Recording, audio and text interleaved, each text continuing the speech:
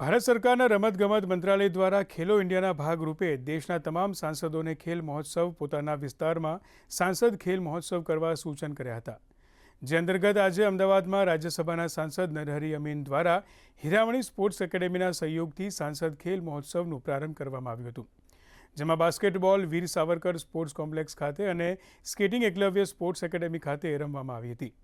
આ બંને રમતોમાં લગભગ 700 ઉપરાંતના વિદ્યાર્થીઓએ ભાગ લીધો હતો, જેમાં વિજેતાઓને ટ્રોફી અને મેડલ આપી સન્માનિત કરવામાં આવ્યા હતા।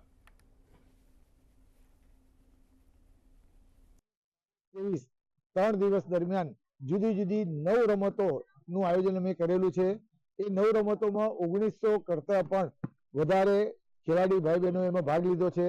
150 જેટલા રેફરી અને સ્કૂલના શિક્ષકો અને લગભગ 54 જેટલી અમદાવાદ શહેરની આજે 7 વિધાનસભા અમિતભાઈની આવેલી છે, એ 7 વિધાનસભાના સ્કૂલના વિદ્યાર્થી બહેનોએ ભાગ લીધો છે। આ સ્કૂલોના લગભગ 3 થી 4 હજાર જેટલા વિદ્યાર્થીઓ આ 3 દિવસ દરમિયાન જે જુદી જુદી ટુર્નામેન્ટો થઈ એ ટુર્નામેન્ટને નિહાળવા માટે આવ્યા છે। અમારા તરફથી 1900 વિદ્યાર્થીઓને સર્ટિફિકેટ આપવામાં આવ્યા છે। એ ઉપરાંત ચેમ્પિયન અને રનર્સ અપ થનાર તમામ ખેલાડીઓને ટ્રોફી અને મેડલ આપવાનું કામ કરવામાં આવ્યું છે।